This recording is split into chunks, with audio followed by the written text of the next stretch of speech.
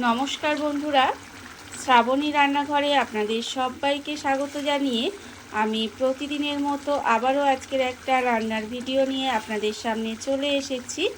আজকের আমি আপনাদের নতুন আলু দিয়ে হাঁসের ডিমের কষা বানিয়ে দেখাবো। আশা করি আপনাদের ভালো লাগবে। তার জন্য কিন্তু আমার পুরো ভিডিওটা আপনাদের দেখতে হবে। আর দেখা শুরু করার আগে একটা লাইক দেবেন, সুন্দর একটা কমেন্ট করবেন আর শেয়ার করতে ভুলবেন না। তাহলে চলুন আজকের আমি এই রেসিপিটা কিভাবে বানিয়েছি সেটা আপনারা একবার দেখে নিন। রান্নাটা করার জন্য প্রথমে আমি এখানে দেখুন গ্যাসটা অন করে একটা কড়া বসিয়ে দিয়েছি। এইবার আমি কড়ার মধ্যে দিয়ে দেব প্রথমে জল। এখানে কিন্তু বেশ কিছুটা জল আমার এখানে দিয়ে দিতে হবে। দেখুন এখানে আমি জল দিয়ে দিয়েছি। এইবার আমি এই জলের মধ্যে দিয়ে দেব আন্দাজ মতো একটু নুন। নুনটা দিয়ে আমি কিন্তু এখানে খুব ভালোভাবে মিশিয়ে দেব। নুনটা দিয়ে কিন্তু এইভাবে খুব ভালোভাবে একটু মিশিয়ে দিতে হবে। আমি প্রতিদিনের মতো আপনাদের একটা কথাই বলবো যে প্লিজ আমার ভিডিওটা আপনারা টেনে টেনে দেখবেন না, পুরো ভিডিওটা দেখুন, আশা করি আপনাদের ভালো লাগবে। দেখুন নুনটা দিয়ে কিন্তু এখানে খুব ভালোভাবে মিশিয়ে দিলাম। এইবার আমি এর মধ্যে দিয়ে দেব নতুন আলু। এখানে কিন্তু আমি নতুন আলুগুলো এইভাবে দু টুকরো করে রেখে দিয়েছি, আর সেই আলুগুলোই কিন্তু আমি এখানে দিয়ে দিচ্ছি। নতুন আলুগুলো আমি এর মধ্যে দিয়ে দিলাম। এইবার দেব আমি এখানে হাঁসের ডিম। এখানে কিন্তু হাঁসের ডিমগুলো দেখুন খুব ভালোভাবে ধুয়ে পরিষ্কার করে রেখে দিয়েছি, আর সেই হাঁসের ডিমগুলোও কিন্তু এর মধ্যে দিয়ে দিলাম। হাঁসের ডিম আর আলুটা দিয়ে প্রথমে আলু আর হাঁসের ডিমটা কিন্তু খুব ভালোভাবে ঢাকা দিয়ে সেদ্ধ করে নেব। এটা কিন্তু খুব ভালোভাবে প্রথমে সেদ্ধ করে নিতে হবে। ডিমটা আর আলুটা এখানে খুব ভালোভাবে সেদ্ধ করে নিয়েছি, আর এখানে দেখুন ডিমটা আর আলুটা সিদ্ধ হয়ে গেছে ভালো করে। এইবারে ডিমটাকে আমি ঠান্ডা জলে প্রথমে রেখে খোসাটা ছাড়িয়ে নেব। গ্যাসটা অফ করে দিলাম, অফ করে দিয়ে এটা একটু ঠান্ডা হতে দেব। আর ডিমটা খোসা ছাড়ানোর আগে কিন্তু অবশ্য করেই ঠান্ডা জলে দিয়ে ঠান্ডা করে তারপরে খোসাটা ছাড়িয়ে নিতে হবে। আর এটা যতক্ষণ একটু ঠান্ডা হয়ে খোসাটা পরে একটু ছাড়াবো, ততক্ষণ কিন্তু অন্যদিকে আমি মশলাটাও রেডি করে নেব। তার জন্য নিয়েছি মিক্সির জার। মিক্সির জারের মধ্যে প্রথমে দিয়ে দেব এখানে আদা। এখানে কিন্তু আদা একটু কুচি করে রেখেছি, সেই আদাটা কিন্তু আমি এর মধ্যে দিয়ে দিলাম। আর দেব আমি এখানে রসুন। এখানে কয়েক কোয়া রসুন ছাড়িয়ে রেখেছি, সেই রসুনটাও কিন্তু এখানে দিয়ে দিলাম। আর দেব আমি এখানে একটা কাঁচা লঙ্কাকে এইভাবে একটু ভেঙে দিয়ে দিচ্ছি, দিয়ে এটাকে খুব ভালোভাবে পেস্ট করে নেব। মশলাটা আমার এখানে রেডি হয়ে গেছে, দেখুন মশলাটা রেডি করে নিয়েছি।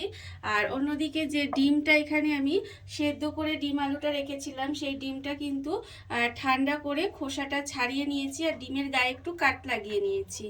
আর অন্যদিকে দেখুন গ্যাসটা অন করে কিন্তু কড়াটা আবারও বসিয়ে দিয়েছি। এইবার আমি কড়ার মধ্যে দিয়ে দেব প্রথমে সর্ষের তেল।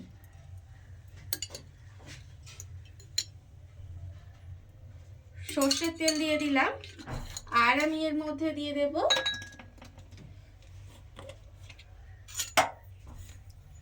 হাফ চামচ মতো ঘি।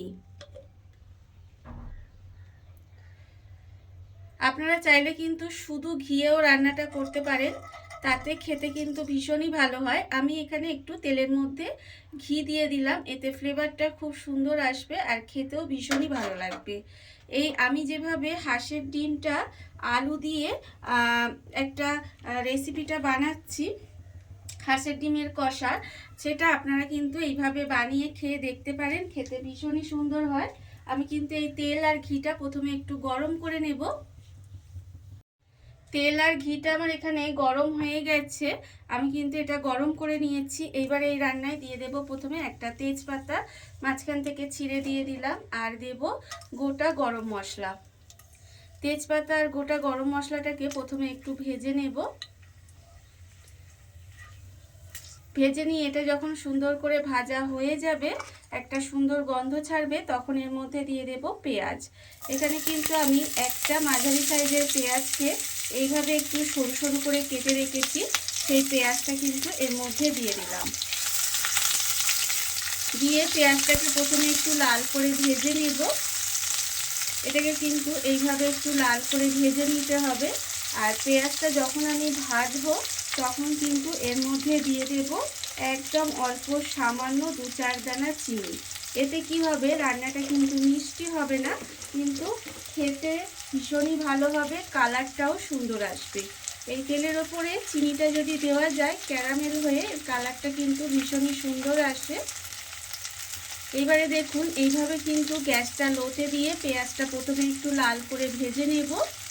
আর আমার চ্যানেলের নতুন বন্ধু পুরনো বন্ধু সবাইকেই বলছি আমার তরফ থেকে অনেক অনেক ভালোবাসা। নতুন বন্ধুদের বলছি যদি আমার চ্যানেলটা সাবস্ক্রাইব করেন তাহলে পাশে থাকা বেল বাটনটা অবশ্যই প্রেস করে দেবেন, যাতে আমি যখনই কোনো নিত্য নতুন ভিডিও আপলোড করব সবার প্রথমে আপনাদের কাছে নোটিফিকেশান চলে যাবে এবং আপনারা আপনাদের সময় মতো সেটা দেখে নিতে পারবেন। আর পুরনো বন্ধুদের বলবো এইভাবে আমার পাশে থাকার জন্য, আমাকে এগিয়ে যেতে সাহায্য করার জন্য আপনাদের অসংখ্য অসংখ্য ধন্যবাদ। দেখুন আমি কিন্তু পেঁয়াজটা এখানে এইভাবে একটু ভেজে নিয়েছি, আমার কিন্তু এইভাবে একটু ভেজে নিলেই হবে।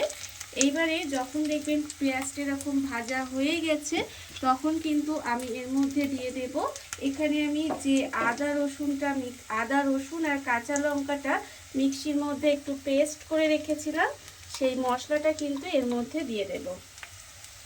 মশলাটা এর মধ্যে দিয়ে দিলাম, দিয়ে এবারে একসঙ্গে মশলাটাকে একটু কষিয়ে নেব, যাতে এর যে একটা কাঁচা গন্ধ আছে সেটা চলে যায়। খুব বেশি কিন্তু মশলাটা ভাজবেন না, তাহলে কিন্তু তিতো হয়ে যাবে। তাই একটু সময় কিন্তু এটা নেড়ে চেড়ে কষিয়ে নিতে হবে। মশলাটা আমি একটু সময় কষিয়ে নিয়েছি, এর ফলে এর যে কাঁচা গন্ধটা সেটা চলে গেছে। এইবার আমি এর মধ্যে দিয়ে দেব টমেটো। এখানে কিন্তু একটা ছোট সাইজের টমেটো আমি এখানে দিয়ে দিয়েছি, দিয়ে আমি কিন্তু এটাকে দেখুন একটু নেড়ে ছেড়ে রান্না করে নিচ্ছি। আর এই রান্নার ক্ষেত্রে কিন্তু আপনারা হয়তো লক্ষ্য করেছেন যে আমি কিন্তু ডিমটা ভাজিনি, ডিমটা ভেজে কিন্তু আমি এখানে রান্নাটা করব না। দেখুন এবারে আমি এর মধ্যে দিয়ে দেব আন্দাজ মতো নুন। আর এই ডিম কষাটা খেতে কিন্তু অসম্ভব সুন্দর হয়।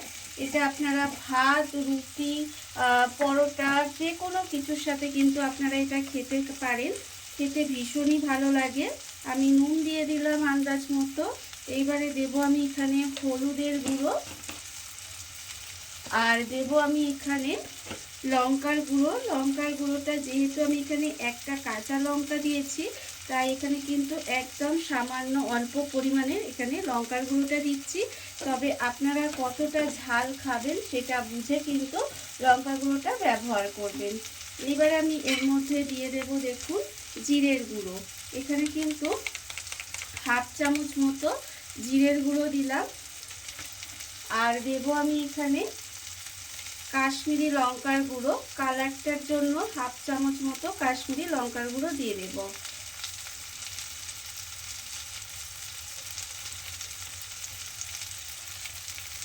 কাশ্মীরি লঙ্কার গুঁড়ো দিয়ে দিলাম, আর দেব আমি সামান্য একটু পরিমাণে ধনের গুঁড়ো।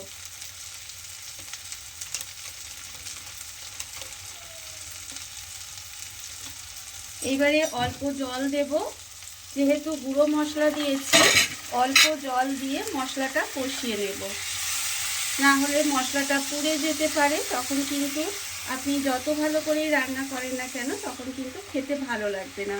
তাই অল্প সামান্য একটু জল দিয়ে দিলাম, দিয়ে এবার এই মশলাটাকে খুব ভালোভাবে কষিয়ে নেব।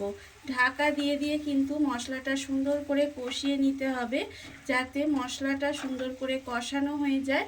আর তেলটা যতক্ষণ না ছেড়ে দেবে ততক্ষণ পর্যন্ত কিন্তু আমি এইভাবে এই মশলাটা একটু সময় কষিয়ে নেব। আর এইভাবে ঢাকা দিয়ে দিয়ে কষিয়ে নিলে কি হবে, টমেটোটা একেবারে নরম হয়ে যাবে। আমি এইভাবে একটু কষিয়ে নেব। ঢাকা দিয়ে আমি এখানে মশলাটা খুব ভালোভাবে কষিয়ে নিয়েছি। আর দেখুন এটা কিন্তু আস্তে আস্তে তেলটাও ছেড়ে দিচ্ছে, আর টমেটোটাও কিন্তু এখানে নরম হয়ে গেছে। এইভাবেই কিন্তু মশলাটা সুন্দর করে কষিয়ে নেবেন। দেখুন কালারটাও কিন্তু আস্তে আস্তে চেঞ্জ হয়ে যাচ্ছে। এইবারে যখন এই মশলাটা এইভাবে কষানো হয়ে যাবে তখন এর মধ্যে দিয়ে দেব, এখানে আমি রেখেছি দেখুন ডিমগুলো আর আলুগুলো, সেই ডিম আর আলু কিন্তু এখানে দিয়ে দেব। আপনারা চাইলে ডিম আলু ভেজেও রান্নাটা করতে পারেন, তবে এইভাবে একবার করে খেয়ে দেখবেন, খেতে কিন্তু ভীষণ ভালো লাগে। অনেকেই আছে ডিমটা ভেজে রান্না করে খাওয়া পছন্দ করে না, তারা কিন্তু এইভাবে বানিয়ে খেয়ে দেখতে পারেন, বা যারা ভেজে খান তারাও একদিন এইভাবে বানিয়ে খেয়ে দেখতে পারেন। আশা করি আপনাদের সবারই ভালো লাগবে। আর যেহেতু ডিমের গায়ে সমস্ত কাঠগুলো লাগিয়ে দিয়েছি, 4-5টা দেখবেন কাঠ লাগানো আছে, এর ফলে কিন্তু এই মশলাগুলো ডিমের মধ্যে ঢুকে যাবে এবং খেতেও ভীষণই ভালো লাগবে। এবার এই আলু আর ডিম একসঙ্গেই কিন্তু খুব ভালোভাবে আরেকটু সময় কষিয়ে নেব। এটাকে কিন্তু সুন্দর করে আরেকটু সময় কষিয়ে নিতে হবে। আলু আর ডিমটা দিয়ে মশলার সঙ্গে আমি কিন্তু এখানে মিনিট 5 মতো এইভাবে একটু কষিয়ে নিয়েছি, আর সুন্দরভাবে এটা কষাও হয়ে গেছে। এইভাবে আমি এবার এর মধ্যে দিয়ে দেব জল। এখানে কিন্তু মিক্সির মধ্যে অনেকটা মশলা লেগেছিল, তাই মশলাটা ধুয়ে এর মধ্যে জল দিয়ে দিলাম, দিয়ে এটা ভালোভাবে মিশিয়ে নিলাম। মিশিয়ে নিয়ে কিন্তু এবার ঢাকা দিয়ে প্রথমে আমি হাই ফ্লেমে এটাকে একটু রান্না করে নেব, তারপরে কিন্তু গ্যাসটাকে লোতে দিয়ে এইভাবে একটু রান্না হতে দেব। একদম কিন্তু পাতলা ঝোল করব না, একটু মাখো মাখো মতো কিন্তু এটা রান্না হবে। দেখুন এইভাবে কিন্তু ঢাকা দিয়ে একটু সময় এটাকে রান্না হতে দেব। ঢাকা দিয়ে আমি বেশ কিছুক্ষণ এইভাবে একটু রান্না হতে দিয়েছিলাম। এবার আমি আপনাদের ঢাকাটা খুলে দেখাচ্ছি, দেখুন কত সুন্দর হয়েছে। কালারটা যেরকম সুন্দর এসেছে, খেতেও কিন্তু ভীষণই সুন্দর হয়। আর দেখুন এখানে কিন্তু আলু আর এর ডিম তো সেদ্ধ করাই ছিল, এখানে কিন্তু আমি মাঝে একবার ঢাকাটা খুলে একটা আলু একটু ঘেটে দিয়েছি, এতে এই যে গ্রেভিটা একটু ঘন ঘন হবে, খেতেও ভালো লাগবে। এবারে আমি এর মধ্যে দিয়ে দিচ্ছি, দেখুন অল্প সামান্য একটু গরম মশলার গুঁড়ো দিয়ে দিলাম, আর দেব আমি এখানে ধনেপাতা কুচি। দেখুন এইরকম যদি ধনেপাতা কুচি আর একটু গরম মশলার গুঁড়ো দেওয়া যায় লাস্টে, তাহলে দেখবেন এর স্বাদটা কিন্তু আরও অনেক ভালো আসে। দিয়ে এবার এটাকে খুব ভালোভাবে একটু মিশিয়ে দেব। মিশিয়ে দিয়ে আমি কিন্তু এবারে গ্যাসটাকে অফ করে কিছুক্ষণ ঢাকা দিয়ে রেখে দেব। তারপরে আপনাদের পরিবেশন করে দেখাবো ঠিক কেমন হলো। দেখুন বন্ধুরা, বাড়িতে থাকা কত অল্প উপকরণে কত অল্প সময় কত সুন্দর একটা নতুন আলু দিয়ে হাঁসের ডিমের কষা রেসিপি তৈরি হয়ে গেছে, আপনারা দেখতেই পেলেন। আর এটা কিন্তু খেতে অসম্ভব সুন্দর হয়। এইভাবে আপনারাও একদিন হলেও বাড়িতে বানিয়ে দেখতে পারেন। আর এই ভিডিওটা যদি আপনাদের ভালো লেগে থাকে, আপনারা চ্যানেলটা সাবস্ক্রাইব করে পাশে থেকে যাবেন। তাহলে চলুন আজকের ভিডিওটা এই পর্যন্তই। নমস্কার।